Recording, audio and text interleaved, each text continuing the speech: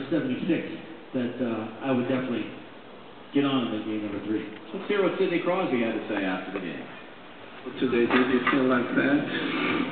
No, I felt like we played pretty well. We did some good things. You know, you still got to score, and that's not easy. You know, tough. Pucks, and when you get your chances, you got to make the most of them. That's really what it comes down to. But when we look back at the game, I don't think we would have changed a whole lot. You know, doing those things, especially football.